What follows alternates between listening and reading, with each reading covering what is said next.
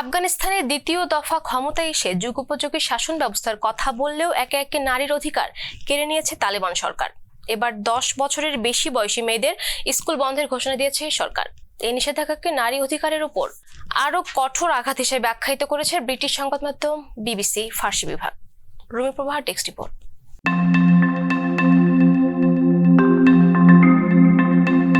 আফগানিস্তানের কয়েকটি প্রদেশের 10 বছরের বেশি বয়সী মেয়েদের স্কুলে যাওয়া নিষিদ্ধ করেছে দেশটির তালেবান সরকার।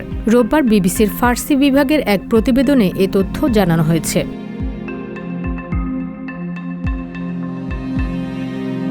সূত্রের বরাত দিয়ে বিবিসির ওই প্রতিবেদনে বলা হয়, গজনি প্রদেশের তালেবান শাসিত শিক্ষা মন্ত্রণালয়ের কর্মকর্তারা স্কুল ও স্বল্পমেয়াদী প্রশিক্ষণ প্রোগ্রামের প্রধানদের বলেছেন যে 10 বছরের বেশি বয়সী মেয়েদের প্রাইমারি স্কুলে পড়ার অনুমতি নেই।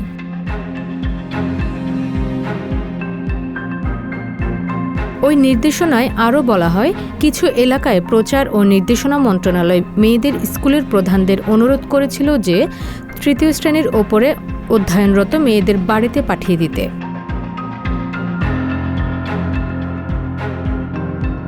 পূর্ব পাকিস্তানের এক ছাত্রী আন্তর্জাতিক গণমাধ্যমটিকে জানায়, তাদের বলা হয়েছিল যে মেয়েরা লম্বা ও বয়স 10 বছরের বেশি তারা স্কুলে প্রবেশ করতে পারবে না।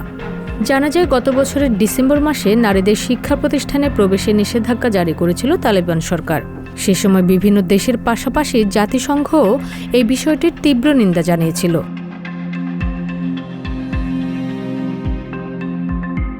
এদিকে কট্টরপন্থী তালেবানরা দেশটিতে ক্ষমতাসীন হওয়ার পর থেকে নারীদের বিভিন্ন বিষয়ে অতিমাত্রায় রক্ষণশীল হওয়ার ব্যবস্থা নিচ্ছে।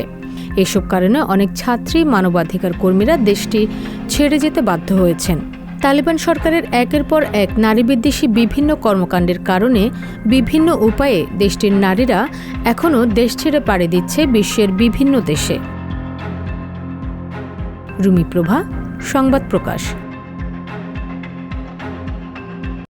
সংবাদ, ফিচার ও অনুষ্ঠানের জন্য ভিজিট করুন সংবাদ প্রকাশের ওয়েবসাইট এবং যুক্ত থাকুন ফেসবুক পেজ ও ইউটিউব চ্যানেলের সঙ্গে।